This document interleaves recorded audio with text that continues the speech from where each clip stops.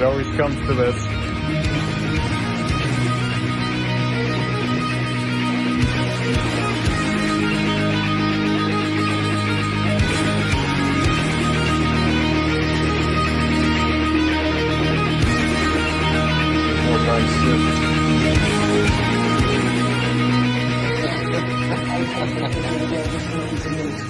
Hello there, guys. Back again to do another, well, I guess it's not a tattoo progress update, but it's in that realm of things. You could say that my wife doing her first tattoos and learning to be a tattooer herself is in some way a tattoo progress update. Obviously, last time I had a longer video speaking in depth about some of what I had already done recently and my more recent healed projects, as well as my new eyelid tattoos. These, for reference, should heal up just fine. I know my eyes look fucked up right now. It's a little bit like I got beat up, and with some of the way that I talk sometimes, you could maybe assume that that's exactly what happened. But that's not what happened. When I had these tattooed, all the blood vessels burst all around my eye, and as I mentioned, I could see even color from the blood vessels bursting through my eyelid. For whatever reason, this one didn't get as banged up as this one did, but Lee said with how much blood he could see under my eyelid that what would happen would be eventually I would be wearing full-on eyeliner and eyeshadow. It hasn't quite made it all the way connected yet. It may still, but this is, I'm on Monday and I had them done on Friday, so the bruising should be subsiding soon, hopefully. So the next video I make, I may have slightly green or yellow eyeshadow instead of dark pink, purple, black eyeshadow, or whatever color this looks like to you. I'm not going to talk too much more about my eyelid tattoos. There really isn't much to say anyway. They're quick one-offs. They should have taken 5 minutes. They took 45. I was in Kelowna for other reasons. I didn't actually care if I got tattooed or not. I was more or less floating up there. I thought maybe there'd be a few things to learn about my job. My job is not famously difficult. Being the shop manager at Rocky Mountain Tattoo here, it feels a little bit like soft retirement at times, and at other times it's a hell of a lot of stress because when you're working with artists, there's a lot of emotion, and some of these guys can tend to be like divas. It's the biggest part of my job is kind of keeping people in line and, you know, keeping shit running, and they call me shop dad here quite often, and for good reason. This place needs somebody that, you know, takes care of shit, because artists tend to be a bit of an island a lot of the time. They don't tend to work together as a team unless the incentives are right. Generally speaking, if an artist has a good day, it doesn't necessarily mean that the shop they work at has a good day. And that's where I come in to try and keep everybody motivated and working together so that the shop can win overall. With that said, my wife is joining the team here. I did a whole video on my wife learning to tattoo. She's been apprenticing at the shop since, I want to say May. But she hasn't been doing any fake skin or any tattoos, as Lee wanted to show her all of that hands-on himself. Lee again being the one who did my eyelid tattoos and a lot of my old tattoo work, but I'm not going to get too caught up explaining him again. Lee likes to kind of throw people into the fire and direct them entirely. He doesn't like them learning bad habits at home beforehand. I have some disagreements with him on that. For example, the reason I had Terry work on me to begin with was because he had 400 plus hours on his legs. And to me, if you have that kind of, not just hustle and drive, but also that kind of experience tattooing yourself, you see a lot of how the work heals. And you get to figure out exactly what went wrong and what went right. When you tattoo yourself, you get to see your report card coming back to you every few days, kind of thing. With that said, she did end up tattooing herself, but I will get to that. Her first day up there, she had a tattoo machine in hand. Lee was doing a Chicano style lettering leg sleeve He was just filling in some gaps on one of the other artists at the shop as they had some downtime in the evening. And he handed the machine to Sarah to try lining before she even touched fake skin. This is kind of how Lee works. He's a very progressive-minded individual when it comes to tattooing. I do think, for the record, that you can spend too long working on fake skin before you hit a human canvas, and it can teach you some bad habits. You can overwork a fake skin.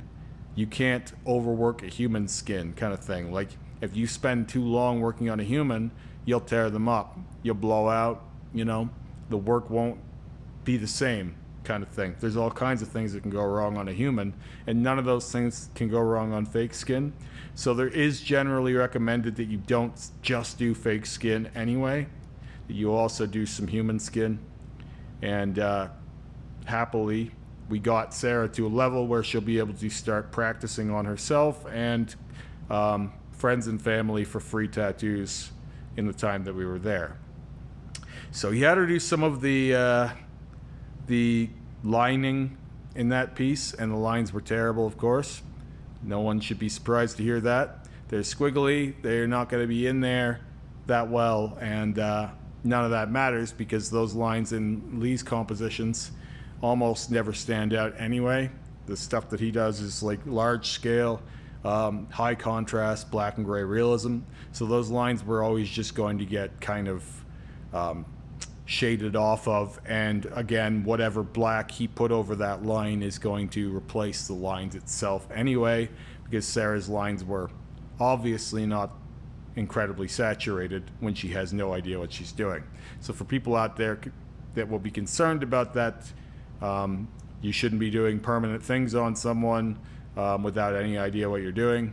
That was in a very low risk, very supervised, and very padded scenario. There was no going wrong. And in the event that something did go wrong, Lee is completely capable of smoothing it out. So that was her first evening there. She already had a tattoo machine in her hand. She's been drawing and designing, and she has an art background. She's got a bachelor in art, and Lee and myself both, Lee for as long as he's known her, and me for as long as I've known her, really.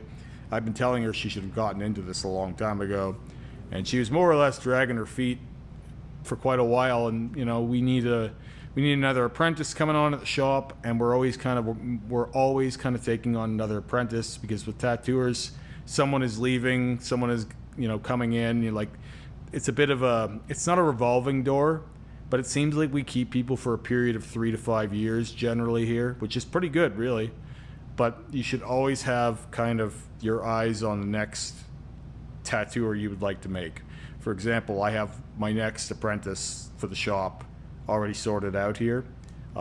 He's already been introduced to Lee, and we're going to be bringing him in somewhere around March. We actually have an artist leaving the shop around that time, so hopefully by then Sarah is up and going on small projects, and our last apprentice will be moving on to medium-sized projects, and just bringing people along.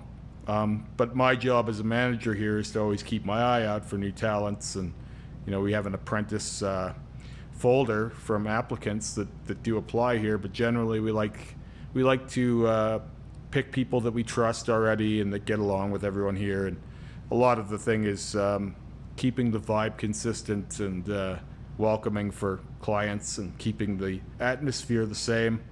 When you have an established what is becoming a chain tattoo shop, I think the vibe and the atmosphere of the building is as important as the talent in the building even. So it's not so much even just about finding talented artists as it is about finding personalities that work well together and can create a welcoming tone for prospective clients. So Sarah did her first tattoo the second day she was there, her first actual tattoo. She did one of her little mushroom guy flash pieces. And she did one of those on one of the apprentice artists in Kelowna. And then the front staff wanted one as well, so she ended up getting to do 2 little mushroom guys, and she did those both all on her own. The first one she just did line work in solid black, and then the second one she got to do some soft shading. And what I will say, and it's not because I'm fucking her, is you could already see, just a little caveat, you could already see her artistic knowledge and awareness within the first piece. And then the second piece, her shading was already softer than some of the shading I've seen from artists that have been shading tattoos for 5 to 10 years. You can make what you want of that. I'm not exactly sure. I just think that sometimes people have natural proficiencies towards things, and where Sarah was a print major, she was always more concerned and more interested in process-based art forms anyway.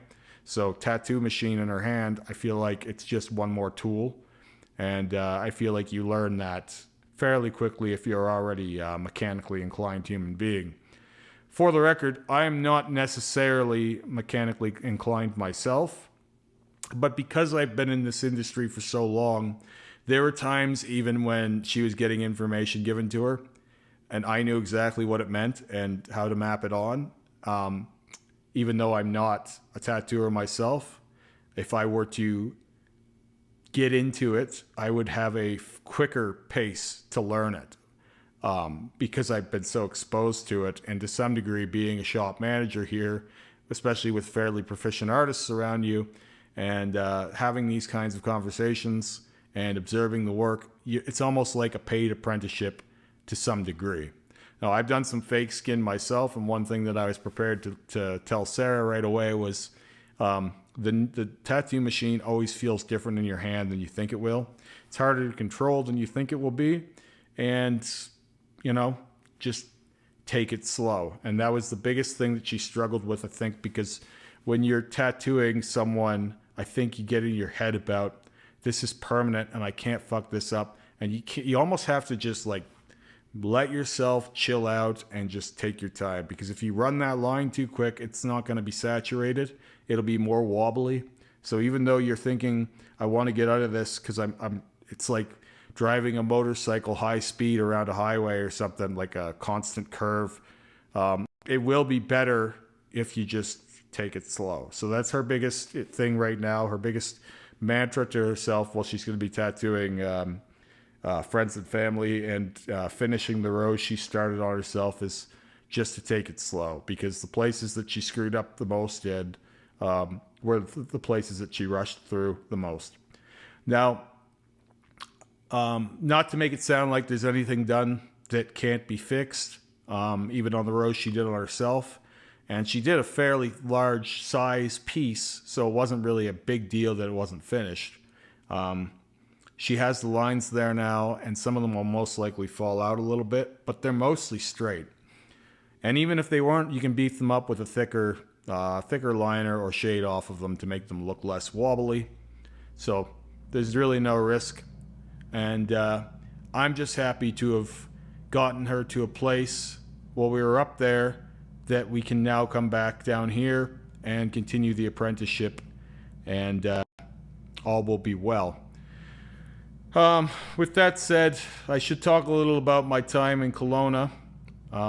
It wasn't just about my wife getting tattooed. Obviously, I was at the shop every day myself, and it was interesting. I don't leave Lethbridge very often. People come here that know me, that have seen me quite often. I've had people travel here specifically to meet me, believe that or not, and I don't really recommend that course of action. I find it a little strange, but it has happened. I've had several people come to meet me. I haven't traveled in 2 years, roughly, and even the last time I traveled, this was a thing that happened. I ran into no less than, well, pretty much everyone I ran into this time was either following me or had seen me on social media. And one guy was even telling me that he brings me up all the time to friends to show them what you can do over blackout. And the reason why I'm bringing that up is because that's exactly what I want right now. That's the exact thing that I've been trying to push. And he didn't say that to me because he knew it would make me happy to hear it either, by the way. That was just one of those low-key mission accomplished kinds of things. Like you're getting your message out there. People are responding to what you're putting out. So that was good. That felt nice, you know. But just the sheer volume of pretty well anywhere we went, someone would come up to me and, oh, I follow you this thing. Oh, I've seen you on this. I don't really think about this on a daily basis. I honestly don't. I go to work, I come home, you know. I take care of my son. I play some video games in the evening. I microdose, you know. I hang out with my wife, and I like getting tattooed. I don't really think about the overall impression that it's made on the world around me so much. And when I go other places, I'm more reminded of it, or it's brought to the foreground more that the work that we've done at this shop has been transformative for a lot of people. It's angered a lot of people too. I won't even deny that. There's a lot of people out there that fucking hate me, and I'm kind of okay with that too, because I think it's better to be known and loved and hated when you do something that you love than it is to have total indifference. But then again, I don't know that I need any of it. Like, most of my tattoo progress and stuff like this is posted well after the fact. I don't do these things, you know, so I can post them right away. Sometimes I don't even post them. There's many sessions I've had with Rick and Terry that still haven't been and may never be put on Instagram or TikTok. And I took a whole year off doing YouTube. So for the people who think I do this just to make money or because I need attention, it's like, I was doing this. I had a full bodysuit before I was even on social media. I got on social media like as I was finishing my first bodysuit, essentially. And YouTube came when I was starting to black it out. So it's interesting to me always, like, just the difference in my perspective on my work and what it's actually been for some people. Because for some people, it's become proof of you can start over. There was even an artist up there at the shop who, as soon as she seen me, she was like, wow, I can't believe how good this stuff looks in person. I thought for sure that wouldn't heal. I thought for sure that wouldn't heal out, she said to me. And I was like, no, there's no smoke and mirrors. Same thing. She said, boy, that chest piece got done dirty from pictures. She's like, that actually looks really good in person. I was like, well, you know, Rick's a nightmare at the camera, and I'm not going out for photo shoots every fucking day, you know? I'm too busy for that shit. So we use the photo he takes. If it's a bad angle, if it's bad lighting, if it's whatever. Here, I'm doing this on a fucking smartphone camera, you know? So it's like, I don't over care about what it looks like when I put it up. If it looks good, it looks good. And a lot of times it might not, right? Like, if I was overly concerned with my appearance, I wouldn't be doing these fucking videos right now with 2 black eyes. So, you know, I don't think about necessarily what impact it's having. So, but it is interesting to see it. It is interesting to go somewhere and someone say, aren't you like the most tattooed guy in the world? The amount of times that was said to me, you know, it actually had me contact Guinness Book again, because no less than 20 people said those words to me with no prompt.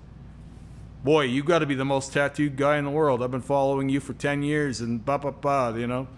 It's like, yeah, when you do anything you love because you love doing it, you will get to a place of mastery with it. And you may wonder what mastery looks like for someone who's just laying down getting tattooed. But then answer the question, would you be able to do that twice a week and sometimes gruesome sessions, non-stop, for the rest of your life essentially, and heal it all well? And not only that, look forward to the next time, essentially forever. Things like having your full back blacked out in a session, having your whole arm done in a session. I've had my whole arms done in a session probably 20 times over. Especially when I was starting the blackout stuff. It was always like that. It has to come from a place of love for what you're doing. It cannot be an attention economy. There is no argument for that. And so I'm always surprised by people who have seen me and look at me as an icon or an idol in this industry, as I'm just doing the things that I like doing. Like, it's always just for fun. Like, I've legitimately had a blast with my eyelid tattoos. I'm gonna have a blast shooting the shit with Rick, getting caught up about the shop when we sit down to work on this today, you know? Same thing, when I get my ears tattooed, I don't even know how good that's gonna look. It might look terrible, and I don't care, because I'm looking forward to the experience and knowing what that feels like. And if it needs a second pass, it's gonna get a second pass, whether it feels good or not. That's what happens when you love doing what you're doing. It becomes less about what it looks like to the rest of the world. Even if it does look like something to the rest of the world, you do it anyway, you know? But anyway, I had a good time in Kelowna, and it was really interesting. It was good for perspective. I think it's good to go and live in a different place for a while, and we were there for a week and a half, and just, you see things through a different eye. We had a really nice Airbnb, and I missed my dogs the most. That was the thing I missed the most, honestly. I don't talk about my dogs much. I don't feel like most people who tune in to watch me talk about tattoos give a fuck about my dog. Don't get me wrong. Even now, if you're still watching, it's like, wrap it up, Remy. No one gives a shit. But there it is. The thing I missed the most was my dog and my son. Sarah has a dog as well. We have a Shih Tzu poodle that's 15 and a half years old, named Mozart, and a miniature schnauzer named Salem. So we also have a cat. The cat is more self-sufficient, for anyone who cares. Anyway, had a blast in Kelowna. It was really interesting. Happy to be home, and I have a lot to do. I was dreading making these videos even, just because it's stacked on top of so much other shit I have to do. But that's life, and whenever I'm in a situation like that, I like to just dig into it. Like, when I got home, we traveled home from Calgary. First thing I did was I got back to my workout, and then I spent an hour on an exercise bike, because we've been eating like shit, and I feel like some cardio isn't a bad thing. We did have some, I did some big workouts with Lee. He does some pretty intense workouts in his home gym, but it's not my routine, so I wanted to get right back into my routine and you know, work off that week that I haven't been working, and just get right back at it, because life must go on, the show must go on. And while we had a lot of fun on vacation and that pace break, when I do take those breaks, it gives me more inspiration to start again when I get home. Anyway, I'll stop boring you guys with my bullshit, and I'll talk to you guys again soon. Have a great day.